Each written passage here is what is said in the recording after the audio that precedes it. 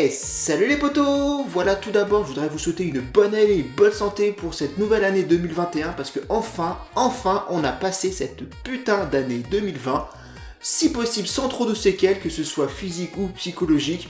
Moi, pour ma part, ça a été une année assez horrible, une fin d'année catastrophique et j'espère que 2021 sera le renouveau.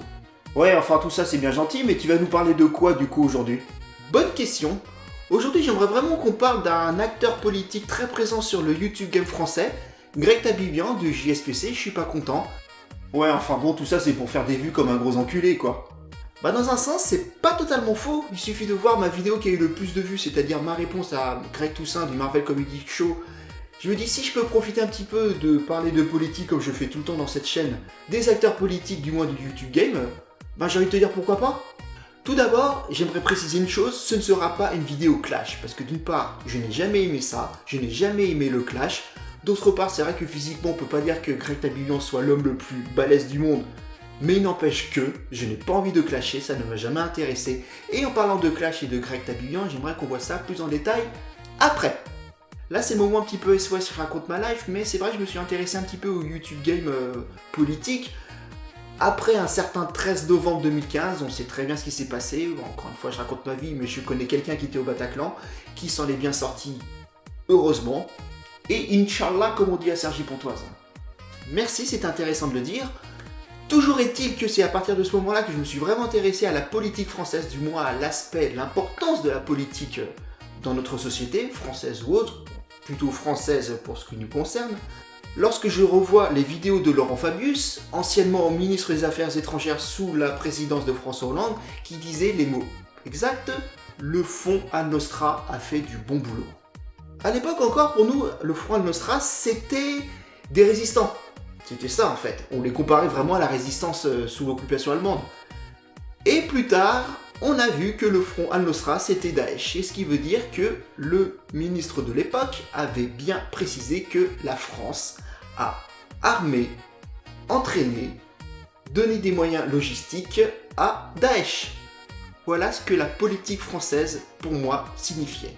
Et c'est là que j'ai commencé à chercher des informations, du moins dans le YouTube game français politique, voir des avis je pouvais pas être le seul à voir ça, c'est pas possible, je pouvais pas être le seul. Et bien évidemment, non, j'étais pas le seul, c'est notamment à ce moment-là que je suis tombé sur Greg Tabibian, qui disait les mêmes choses que moi, et je me disais enfin, merci, je pouvais pas être le seul à ne pas voir ce problème-là. Bon, apparemment, la justice voit toujours pas le problème, mais ceci est un autre débat.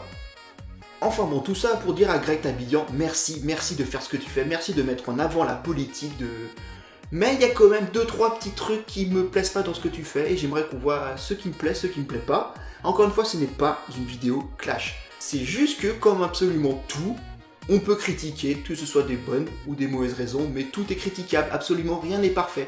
Vous connaissez mon avis, à part Mozart, à part Beethoven, à part Mario 64, rien n'est parfait. Même Mass Effect n'est pas parfait, pour dire à quel point tout est absolument critiquable et ça me fait mal au derche de dire que Mass Effect a des choses qui ne vont pas. Ceci est tout aussi valable pour le plus grand film de tous les temps, il y a des choses qui vont pas. Enfin, bref, il y a un aspect que j'aime vraiment chez Greg Tabibian et que je n'aime pas en même temps, c'est son aspect réponse à son environnement extérieur. Dans un sens, il a tout à fait raison, et dans un autre sens, je le remercie vraiment.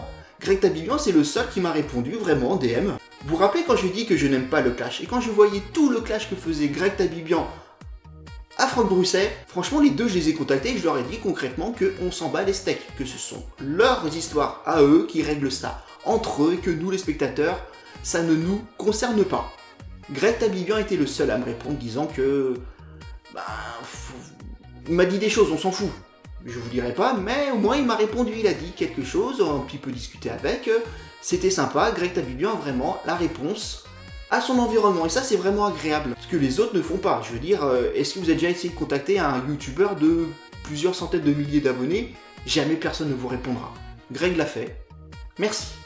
Mais il y a un autre aspect de Greg Tabibian que je ne comprends pas, c'est notamment sur Twitter, et déjà dans ma phrase il y a Twitter, donc ça peut pas bien se passer, vous entendrez bien. On a vu récemment que Greg Tabibian s'est retiré de Twitter suite au harcèlement qu'il subit de la part du candidat.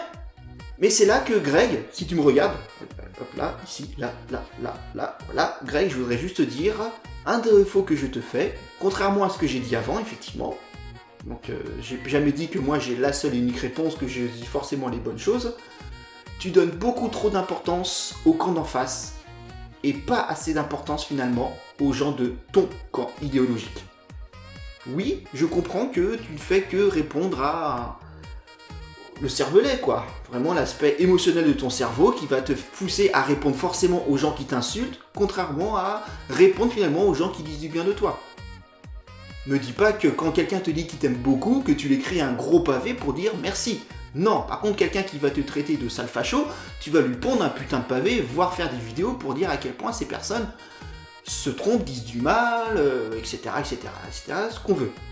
Je conçois ça tout à fait, mais je trouve que tu réponds beaucoup trop aux gens du camp d'en face et pas assez de ton côté. Et entendons-nous bien, ce n'est pas spécifique à Greg Tabibian. On fait tout ça, on a un aspect logique, un aspect émotionnel de notre cerveau, je sais plus quel hémisphère fait qui, fait quoi, mais toujours est-il que Greg fait comme tout le monde. Mais lorsque tu es une personnalité publique, faut que tu fasses attention à ce genre de choses, à ton relationnel. Tu as un camp de ton côté, tu te retires de Twitter, d'accord ? Parce que tu es isolé, tu n'es pas isolé. Et franchement, quel est le pourcentage de CO2N, tout ça, qui te chie dans les bottes ? Et quel est le pourcentage de personnes qui sont de ton côté et qui t'encensent ? Est-ce que vraiment, tout le pataquès que nous a fait comme quoi tu te retires de Twitter, est-ce que ça vaut vraiment le coup ? Je comprends tout à fait que tu le fasses. Mais à un moment, il faut peser le pour et le contre. Ben, merci. Non, mais c'est vrai, je suis d'accord avec lui. Après, c'est vrai que je ne sais pas ce que ça fait d'être une personnalité publique et dans un sens, tant mieux. Non, mais vraiment, hein, c'est vrai que j'ai une chaîne YouTube absolument minuscule, mais dans un sens, je peux dire absolument ce que je veux. Je n'ai pas toute une armée de robots qui viennent me poutrer H24. Et pour ça, c'est quand même bien d'avoir une toute petite communauté. Non, mais il n'y a qu'à voir l'exemple de sa femme qui a eu une review bombing vraiment dégueulasse sur son cabinet, comme quoi elle couchait avec ses clients, etc. Ils s'en prennent plein la gueule, et ça, c'est indéniable. Franchement, le camp autoproclamé du bien nous montre tous les jours ce qu'il est capable de faire, et ça, je suis content d'être à côté de tout ça. Merci, la toute petite chaîne YouTube. Après, je voudrais revenir sur un autre aspect, parce que Greg, encore une fois, interagit avec son public. Tant mieux, non mais vraiment, hein, c'est important ça, pour montrer qu'on est une communauté qui tourne autour de Greg, d'accord, mais il reste une communauté. Mais j'ai pas vraiment cette impression de communauté en fait. Est-ce que vous avez déjà regardé les lives de Greg ? Ouais, souvent Greg fait des lives sur YouTube, et ça c'est bien, tant mieux. Mais est-ce que vous avez regardé les questions ? À chaque fois, tout le monde interagit sur ses vidéos. Et tant mieux, ça montre qu'il y a vraiment une interaction entre Greg et les gens. Mais lorsque tu as 10 000 questions à la seconde, comment vous voulez que Greg, il interagisse ? Ce n'est juste pas possible.